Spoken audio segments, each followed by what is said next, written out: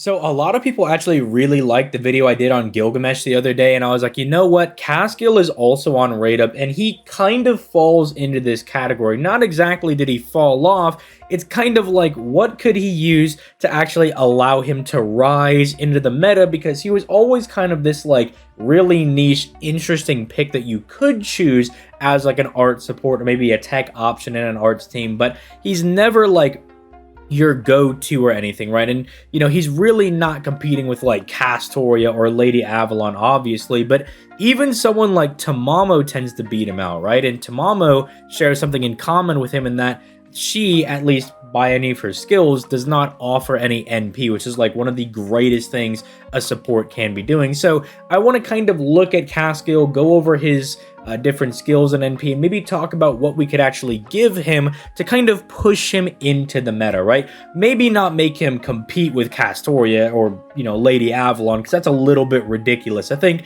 if you want Caskill to be that good, that's kind of cope, right? But if you want him to be like somewhat on the lines of like Van Gogh or say Himiko, right, where maybe again not as good as them, but in the same slot where he's kind of like recognized as the secondary art support, I think that's actually doable. So we're going to talk about that in today's video. Again, if you have not already, make sure to leave a like on the video, subscribe to the channel for daily FGO content. I stream every weekday over on my Twitch. That starts at about 5 p.m. Eastern Standard Time if you want to, check that out. We actually just finished a Dark Souls stream, and that was actually really, really fun. So I hope to see more of you guys come out there for some of those. But you guys aren't here for me to be shilling about leaving a like and me doing streams on Twitch. You're here for the video topic. So first and foremost, like we did with the Gilgamesh, we can actually kind of look at what he's doing. But unlike Gilgamesh, there's not like one obvious good thing that Caskill is doing. In fact, there's numerous good things that he's doing. But kind of like Archer Gilgamesh, it's that some of them aren't at quite the high enough value. And maybe similar to Gilgamesh, he doesn't have enough effects, maybe, quote unquote. Now, this skill remains to being just one of his better skills. I mean, giving the entire party 100% crit star generation for 3 turns is absolutely nutty. And some people kind of recognize how good it is, but you actually have to know how the game actually works to really, truly let that set in. So, for instance, an arts card has a 0% value of genning stars. The fact that this gives you a 100% buff means that every hit on your arts card is now guaranteed to at least drop 1 star. It pretty much takes a card that can't do anything and allows it to do something, right? In any game, that would be considered very, very broken, right? That's just fundamentally really good when a card or system in a game is built with not being able to do one thing in mind, and then you have a support like this beautiful man over here come in and he's like, I'm gonna allow them to do that. That's going to be broken, and this is still very, very good.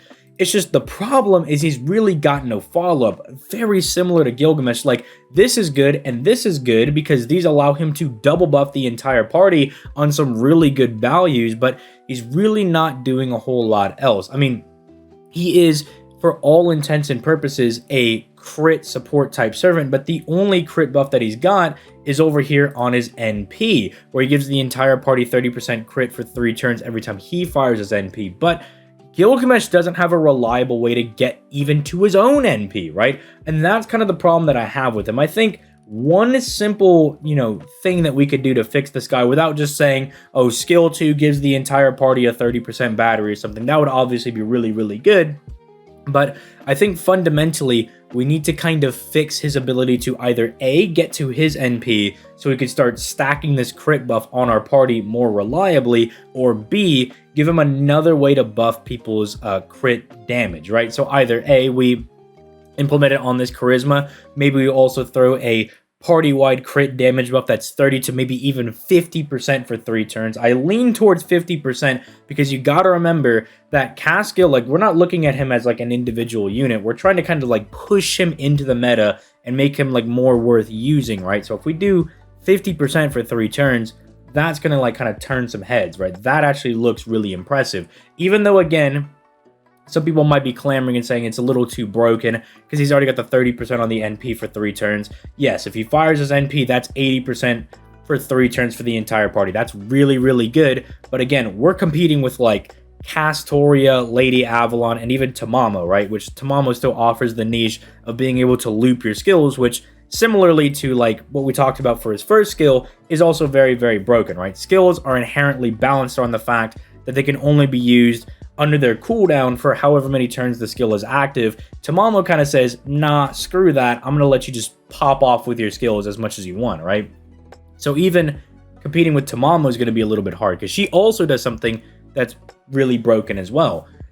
So I think that's one thing we could do to make Caskill really, really good. Is just offer him easier access to his own crit damage buff to giving to the entire party.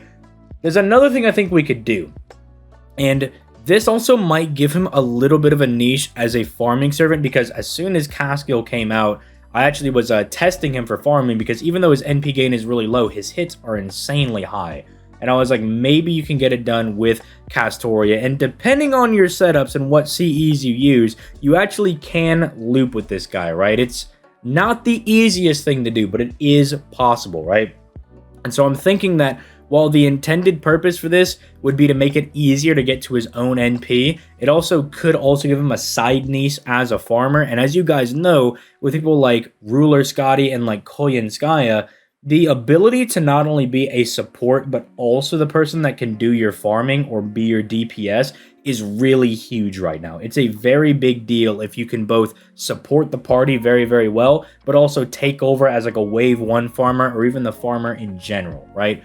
So what I'm thinking is we smack him with not a 50% battery, we smack him with a fat 100% battery, all right? That might seem a little bit crazy. You might be like, ZTL, you're going off your rocker, but I think this is like one of the best things we can do to easily fix Gilgamesh without even just giving him like a crit damage buff on his second skill. Now, obviously, that's a little more plausible. You know, maybe 50% crit buff for the entire party for 3 turns. Maybe also drops, I don't know, 15 stars or something like that, or it becomes more of a crit support skill. But if we want to focus on his NP having a lot of utility, and people forget that his NP actually does a lot. Not only does it buff the damage that the party does by reducing enemy defense, it gives you crit damage, it buffs your survivability, and because of his own buff that we talked about earlier, this first skill and his 10 hits on his AoE NP, this is a star bomb NP as well. It functionally says, drop all the stars you could ever need this turn as long as we're fighting numerous enemies.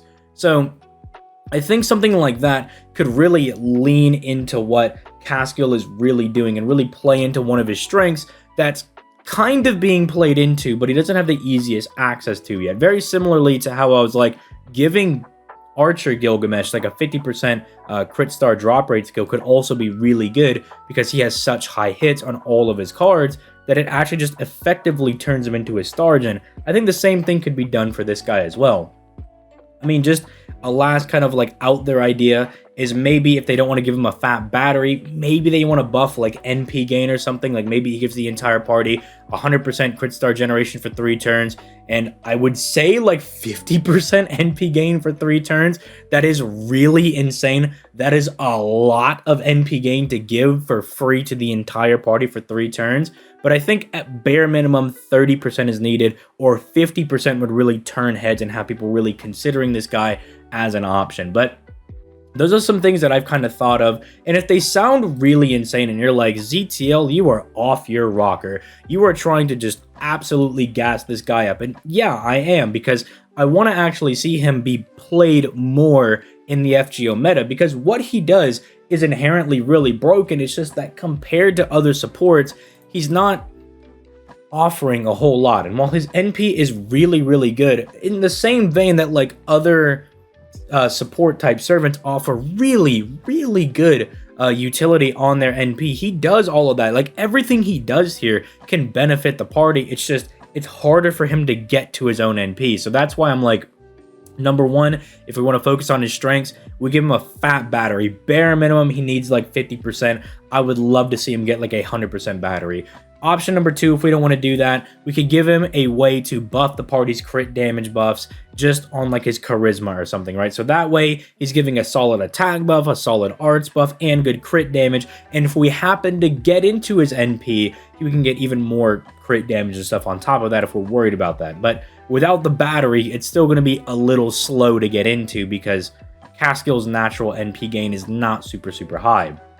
Finally, I think the final option would be to just raw buff his NP gain. Now, both giving him the NP gain and giving him the battery are both functionally going to also allow him to be a farmer for a lot of people, which also increases his value a lot as well. Because again, if you're not only the buffer, but also the farmer, that's very valuable in current FGO meta. But let me know what you guys think in the comments down below. Again, when I was kind of looking at Caskill, I was like, I could make a video gushing over this guy, talking about how much I love him, how much I love using this guy. I mean, again, it's Gilgamesh 2.0, so my favorite character. Of course, I gotta gush him a little bit, but at the same time, I was like, no, I'd rather do a discussion video where we maybe talk about things that we could actually give him to make him relevant. Again, in the comments down below, I don't want to see anybody being like, we're going to give him all of the Castoria skills and stuff like that. It's like, no. We're not trying to compete with Castoria and Lady Avalon. That's kind of already going to be an L in and of itself. That's going to be cope. We're not going to make him that good. But